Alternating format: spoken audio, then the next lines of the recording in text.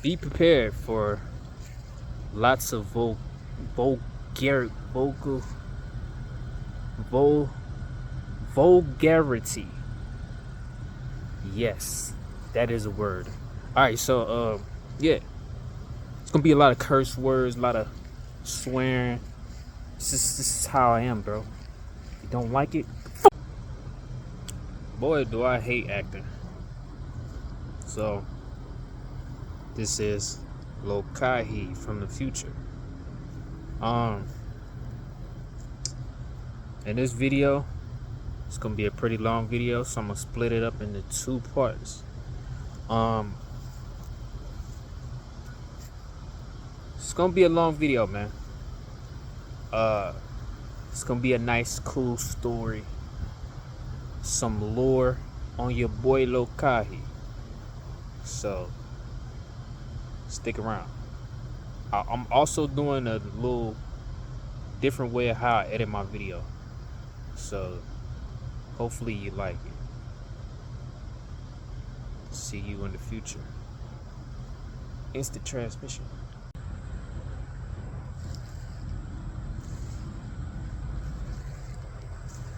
Why go on YouTube? What it do, YouTube? What it do?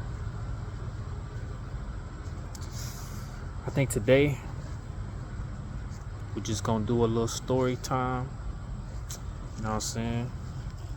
Give people some context on like who I am, how I ended up in this situation, how I approach life. You know what I'm saying? I done figured it out. I done figured it all out, bro. You know what I'm saying?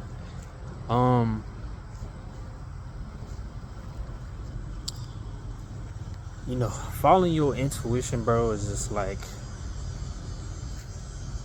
whenever you don't do it,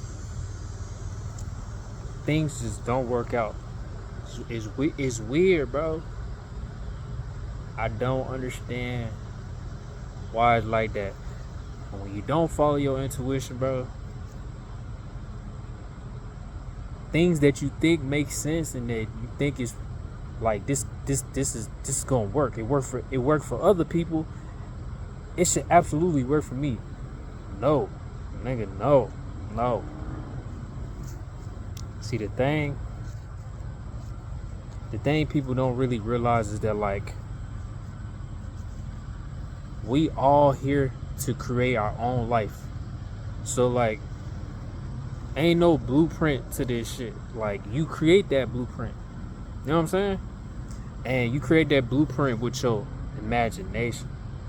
But before we even agreed to come here on Earth, we already mapped out everything like that we was gonna have to go through, the obstacles, the family you want to be a part of, your parents, like all of that shit. All that shit is predetermined by you. So like, you know, when I'm living in this world and like I try the tried and true and the generic way of doing things, those things did not work for me, bro. You know what I'm saying? And when you gotta live amongst a family who is so traditional and so like stuck to this one way of achieving things, once you the type of nigga that you know, once you the nigga that like do something different, they like to ridicule you, outcast you, talk shit about you. You know what I'm saying? Compare their life to yours and act like they doing this shit better than you is.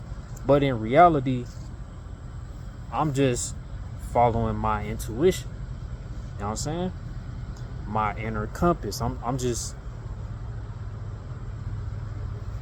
following what God, what God gave me, what God told me. You know what I'm saying? Because people don't realize is that God speaks to you through all things. Because God is everything. God is all of creation. So like, when God is speaking to you, he speaks to you through the birds, the bees, the people you encounter in your life. It's all trying to teach you something, bro. You know what I'm saying? It's all trying to give you insight on which direction to take, or what's going on with you internally. You know what I'm saying? So it's just like, I got a little story for y'all, you know what I mean? Like, why I will never work a 9 to 5 ever again.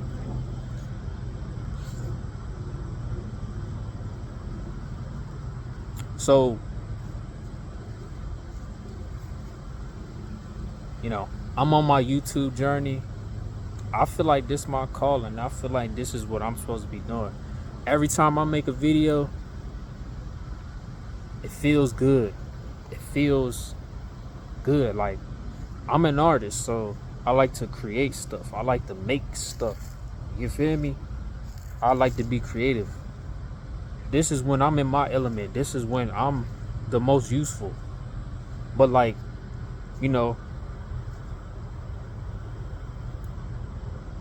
I have to enjoy what I'm doing, right?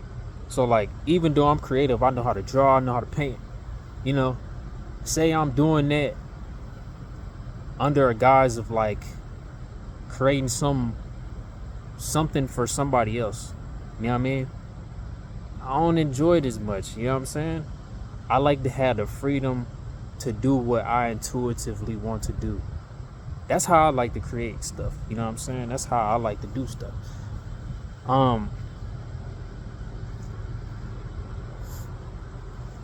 So when it comes to this YouTube stuff, I'm using it as like a stepping stone for everything else I want to do. But before I got into YouTube, I gave one more shot at working a 9 to 5, bro. You know what I'm saying? And the weird thing, see, like, before I came out here to make this video, like the past like couple days, I've been reflecting on that stuff and like everything that happened, bro. And like, you always eventually get exactly what you want, bro. You know what I'm saying? I realized that because even though that job traumatized me so much that I was like, I ain't ever doing this again. Never, ever, ever. No. I'm not doing it again. So,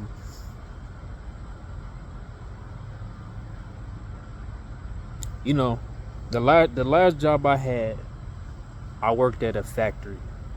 You know what I mean? Before I got the job, it was months before I was able to get that job. So I was looking for a job for a while. You know what I'm saying? So when I got the job, I was applying. Before I got the job, I was applying in many different places. Out the blue, this one job just hit me back. You know what I mean? When I was looking for the jobs, I had the intention specifically to get a job that paid a certain amount of money. Lo and behold, I got that exact amount for that job. You know what I'm saying? Now, mind you, money is energy. You know what I mean? Currency, it's a current of energy. So like, the more money you earn, the more energy you're gonna have to output in order to sustain that. You feel me? The more energy you gotta give to receive that much money. So like I said, this is a factory. I'm not finna mention the name because I don't know if they'll come after me if I do, but this factory,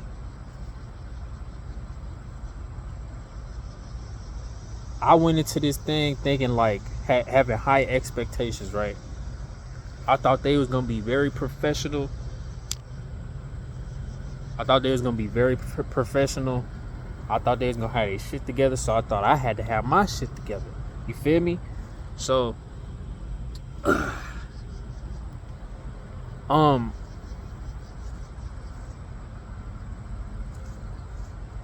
know what I mean? Another intention I said before I got the job was I said I wanted a job where I just want to make a decent amount of money doing something very simple. And that's exactly what I got. Now this factory, that was like, this factory, it makes cars. So that was like 4 different departments that the factory had. And the department that I was in was the most easiest one out of the whole entire factory. Mind you, there's like thousands of people that work at this factory. So, you know, and the people they choose for each thing is completely random. So, you know, I luckily got the most easiest position at the job. I set the intention. I got exactly what I wanted. The job paid a certain amount of money, over $20. I set the intention, got exactly what I wanted. Now I'm working at the job, right? And it's smooth, like everything cool. Like it's so easy, like it's crazy easy. So you would think that making so much money and doing some of the most simplest stuff, that people would just be happy, be grateful for that. No, nah, that ain't how it works, bro. You know what I mean? Another reason why I wanted to make this video is because I wanted to talk about my experience and why I think a whole generation is just a bunch of crash outs. Because at this job, that's who I was surrounded by, was nothing but YNs, nothing but them young niggas. They cause chaos because they are a whole generation of niggas who have no guidance. You feel me? Very broken individuals, very dysfunctional people, you know? So, you know, when you work at any job, I didn't work at many places, but I feel like the worst thing about a job is the people. You know what I mean? Most of the time the job it's whatever, but like the job could be stressful or not, it could be taxing or not. The people that you gotta work with is who is gonna make or break the job. You know what I mean? So when you grown, when you a mature person, you will hope that like these people just come to work and do their job. But no, you know what I'm saying? No. You know? Being an adult is still very much like high school, bro. Like that's how people treat it. You know, like your relationships and all of that stuff. You would think that when grown people get in a setting to do grown people stuff, that we would just do that. But like, nah, you know, being an adult, like I said, very much like being like in high school. Everything's a popularity contest. You know what I mean? There's a bunch of favoritism. You know what I mean? And me personally, I don't give a fuck about none of that shit. Like, you know what I'm saying? I was always that type nigga who just knew everybody. but I wouldn't necessarily attach to no group. You know what I mean? Like, there was naturally a group that just formed around me. You know what I'm saying? So, and even if I did have a group, it was a very small group. It'd be like a handful of people, right? So, I get to this job and it's pretty much like that. People got their little cliques. They got the people that they like, and they get in these groups, and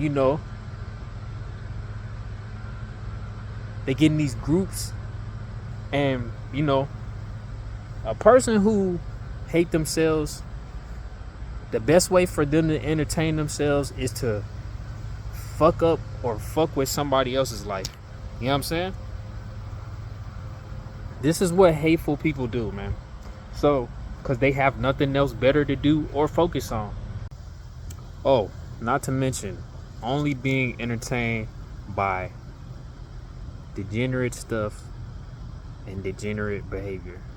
So basically, brain rot content. Of course, they could focus on themselves and improving how they feel and carry themselves, but no, they ain't ready to do that. So they rather, be toxic, so to say. They just rather be toxic. You know what I mean? Immature. So at this job, like I said, I had high expectations. I get the easiest position in the whole factory. You know what I mean? And every job I ever had, bro, I was never really incentivized to make a career out of it. Like move up in the job, because I knew that if I move up in the higher position, that I was gonna have to do more work. And I'm already contemplating in my head, like, I'm not really passionate about this. I don't really want to do this. I'm only doing this for the money. So why would I make it shit harder for myself by trying to impress people that really don't give a fuck about me? You know what I'm saying? So, this job was super big on like moving up. You know what I mean? So they just constantly looking for people to who excited about moving up in the company. Such gullible and naive victims. Me, I was like, nah, this shit's right here sweet. You know what I mean? If I'm gonna change positions, I'm only gonna look for a position that make more money, that's just as simple as what I'm doing now, and I can work independently. Any job, that's what I want to do. I want to just be able to work independently, because like I said, being around other people, lots of bullshit start to happen. You know what I mean? So at this job, bruh, I'm gonna go ahead and give y'all the context. Like, I ended up losing a job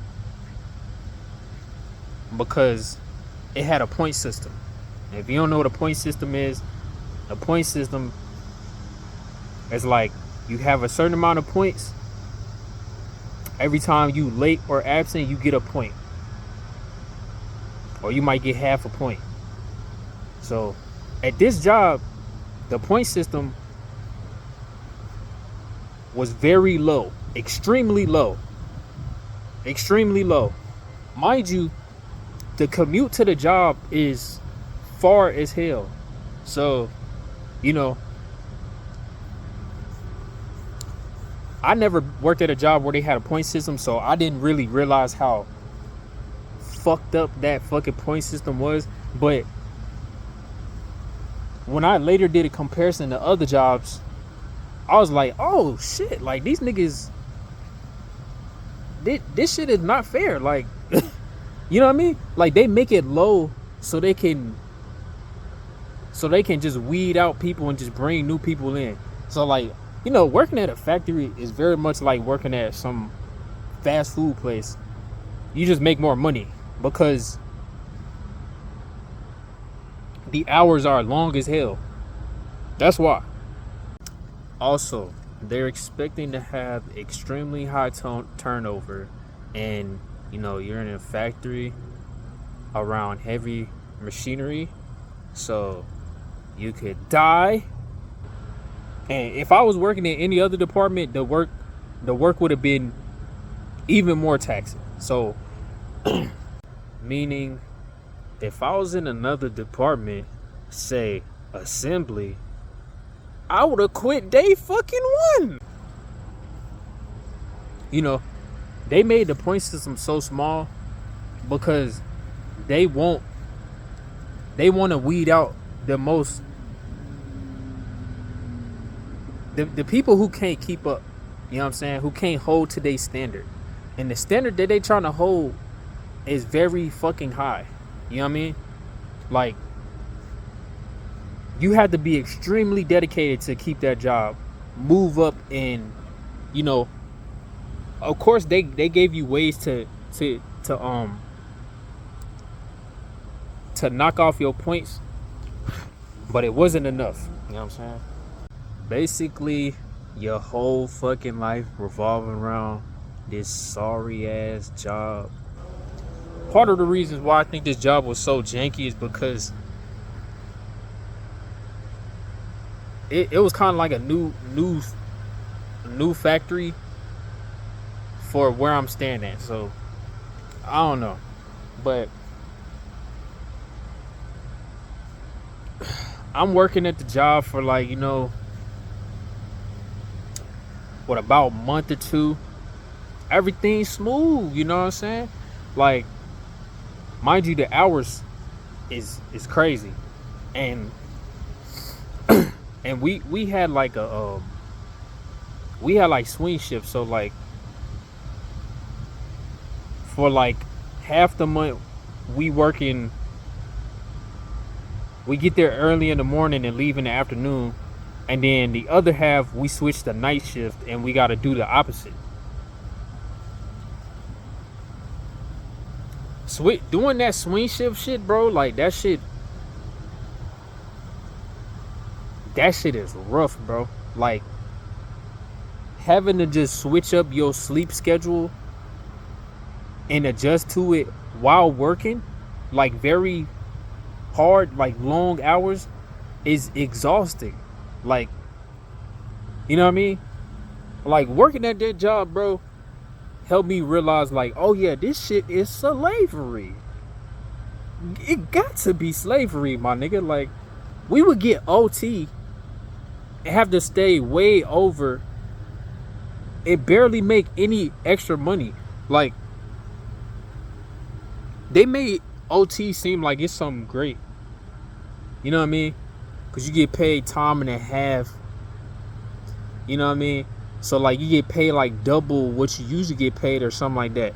But usually when you get the checks and stuff, it really didn't add up. This wasn't mathing, bro. So I'm just like, what are we doing this shit for? Oh yeah, the money. But you see, like, when you only focus on like making money, bro, how like you manifest a situation that you get what you want, but deep down in your spirit, it is still not satisfying, bro. Meaning, it looks nice on the surface, but once you're deeply committed, it's actually hell on fucking earth. And that's basically what that job was like, man. Like, the hours was crazy. Working with the people. Let's go back to that, bro. So like I said, shit was smooth for like a couple months. Then we slowly started to get more people on our team. Now I noticed a pattern at this job, that most of the people that worked there were YNs, were young niggas. Most of the people that worked there were young niggas. They pretty much hired anybody. I remember the interviewing process was very ass. And when I say very ass, I mean They barely ask you anything important. They just asking you questions just so it can feel like an interview. Like that's why I compared it to fast food, because those jobs, they don't really have to know much to be like, okay, you're hired. They just really want to know if you available and you agree with whatever they're offering. That's really it. So most of the new hires are young niggas, like niggas that's like 18 to like all the way up to 40s. But majority of the people that they hiring are young niggas. So niggas from like 18 to 25. Most of the niggas that worked there was young niggas. So like I said, I was working there for like a couple months. It was already some young niggas that had been there for a while before me that was already always on some fuck shit. Surprisingly, they was still there though. That was another thing about the job. They never really fired people that needed to go. They only focused on stuff that didn't fucking matter. You know what I'm saying? So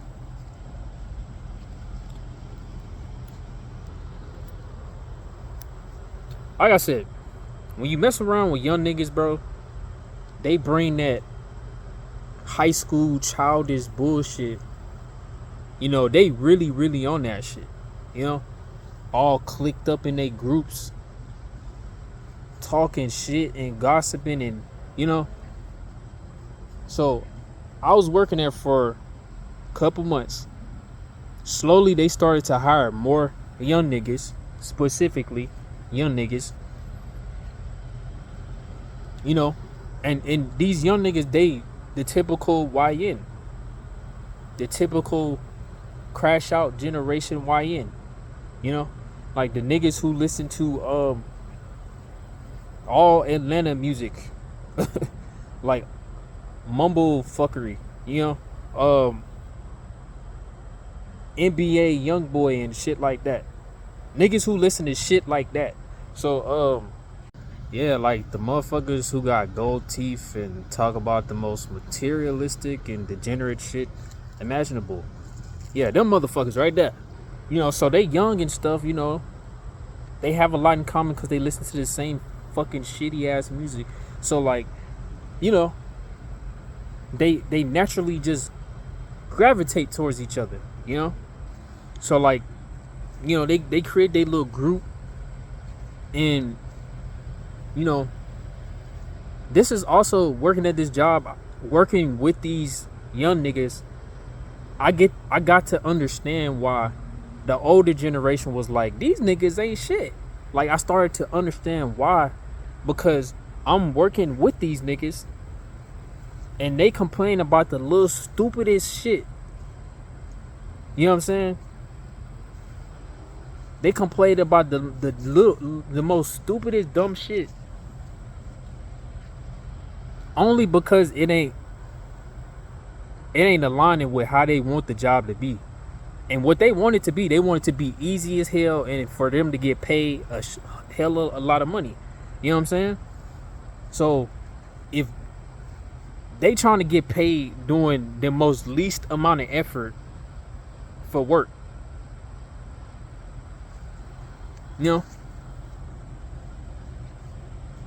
mind you, we in a department where we're doing the easiest shit. The most difficult thing about what we was doing was the hours and the demand of them being on time and you doing what you need to do right, So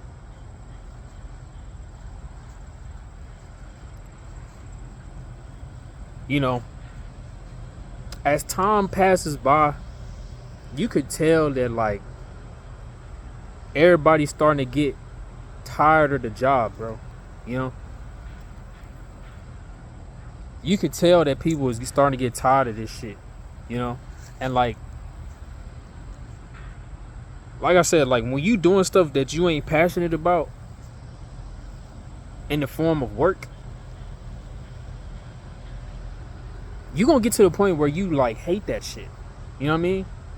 But you still need the job because you got responsibilities, you got shit you want to do, but you hate the job. So like you not gonna perform. You purposely gonna not give a fuck about the job until a motherfucker fire you, or you just catch on and you just quit. You know what I'm saying? So this is how all them young niggas was operating. Every single one of them. It was one in particular that was like the ringleader. And this was like one of the most manipulative, conniving, clout chasing type of nigga I ever met in my life. So, you know, and even everybody in the clique, mind you, this person was a stud. So they can already give you context on how unstable the individual is just based off of that. But hey, shout out to y'all studs, but you know, a lot of them type of females, like it be a lot going on up here and emotionally. That's just from my observation. I ain't saying all y'all niggas is throw, but majority of the ones that I done met, you know, for you to even like, you know, for you to be a female or switch sides like that, bro, like, you know, you really had to be like, fuck this shit. You know what I'm saying? Like, fuck niggas. I'm a nigga now. You know what I mean? Or you just been through some circumstances that made you had to be more masculine, or you just like probably not as attractive as most girls, so you was just like, maybe this is just what works for me. like I'm assuming that's how majority of people become gay. I'm just like, you just, you know, whatever's the standards, you don't fit them, and like you just like, maybe this is what works. Some people be like, I was born gay, so I don't really know how that feels. So I don't know. So, you know, no shade. I love y'all niggas. Trust me. Some gay niggas is funny as hell. But yeah, the stud was like the leader. You know, then you had like, you had these two other niggas who were quintessential YNs, you know what I'm saying? I live in the South, so you know, a lot of people is big on sports, football specifically, but you know, most of those men are very sports savvy. But you know, these niggas, you know, they all about sports, scamming, selling dope, and just being an asshole. You feel me? Like just being an asshole. Having little patience for stuff, so getting mad at the smallest shit. You know what I'm saying? This why I said, like, it's a whole generation. They all crash outs, bro. Cause it don't take these niggas much to fucking be tripping about some shit. You know what I'm saying? But they want to be looked at as somebody to be respected and grown, which is the most delusional shit to me. So I'm just like, okay, you know, you need to take a back seat, little nigga. Like, you need to, you know, you need to sit your little ass down. So there was two niggas, the stud. Then you got a nigga that was close to my age, you know, above late 20s, you know what I'm saying? So This nigga close to my age, but hanging around like little niggas. So he like the he like a OG crash out. You know what I'm saying? So he just, in the mix, ain't solving nothing, ain't mitigating shit. You feel me? So you got the OG crash out, two YN niggas in the stud, and then the last one was was this super young chick. And when she came on the team, bro, she tried to put on a front like she was cool, like she was chill. She tried to put on the front like she wasn't really fucking with them niggas, but she was. You know what I'm saying? She would sit there when we making conversation and shit, talking shit about them. But then, you go and kick it with them. So, she was just playing both sides, basically.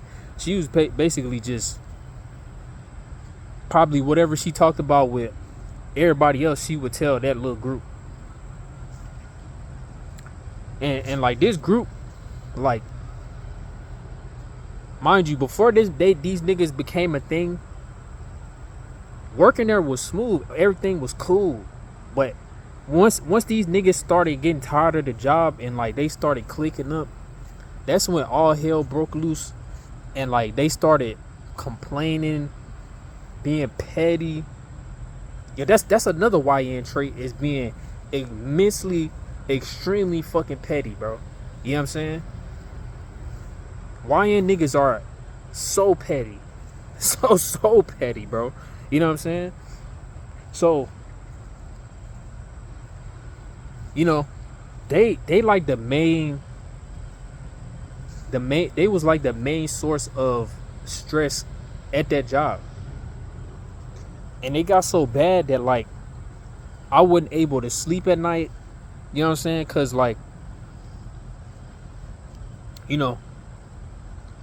there was a altercation or a situation.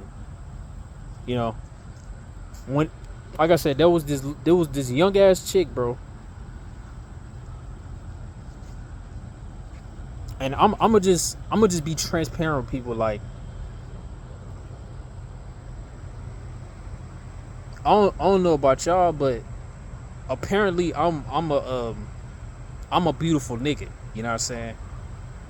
Apparently I'm pretty beautiful. I'm very easy on the eyes. You feel me? So certain females be attracted to me, and I'll be completely oblivious to the shit because they don't say nothing. You know what I'm saying? I'm a very direct person, so if you don't be straight up with me, like, it's gonna go past my head for most of the time. And like, I found out that happened to most niggas for the most part. Like, they not really paying attention to shit for real. You know what I mean? So, a lot of females be attracted to me, and they just don't say shit. They just don't say shit. So this girl, she young as hell. She look like a jit. If you don't know what a jit is, that's a little bitty kid, bro. You feel me? So she looked like a jit. Mind you, she was playing both sides, so she tried to act like she was just cool with everybody. But in reality, she was an op. So, working at this job, the hours are long, so making conversation go a long way and make the time pass by. But if you talking too much, you could get distracted. So, we gotta work in these little booths, cause we work on the assembly line. It's a factory, right? So we on the assembly line, and there's like booths, there's like pitches of where there's two of us on each side of the conveyor line doing our job. You know what I mean? So we like standing across from each other working. And like I said, like, you can either be boring and don't say nothing and have time pass by extremely fucking slow, or you can make conversation and it can go by faster. So like every time I'm working with this little chick, that's basically what I'm doing. I'm just making conversation to pass the time. You know what I mean? So, boom. Like, fast forward.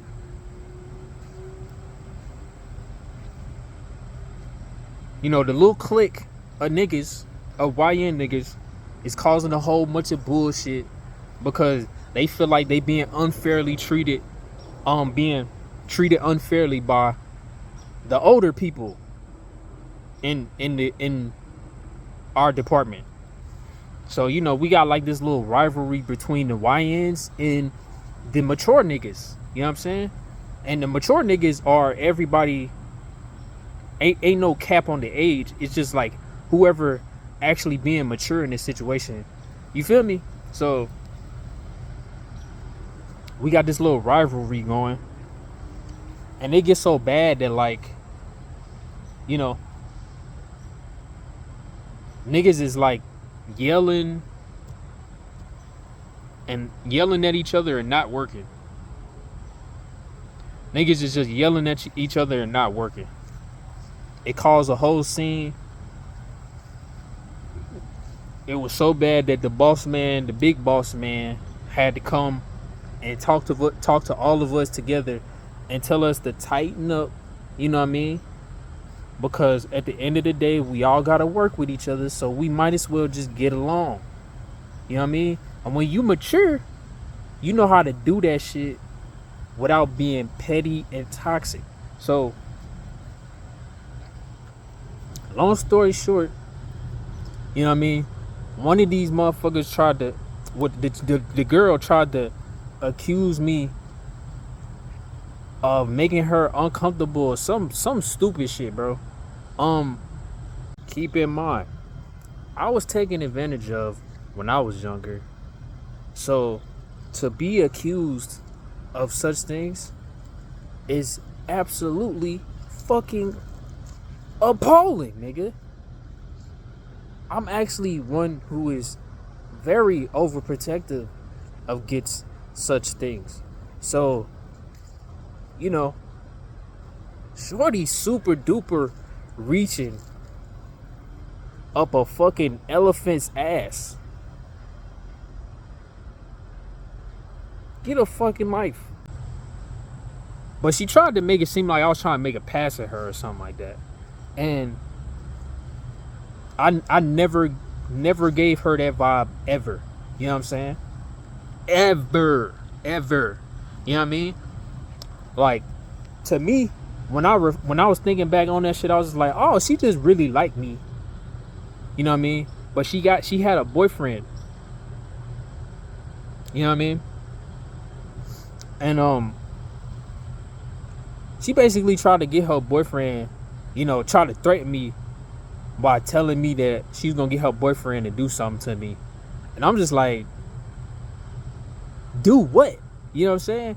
And like, this shit like escalated to him magically getting my phone number. Never gave her my phone number ever. You know what I mean? It was only one person in that group that had my phone number.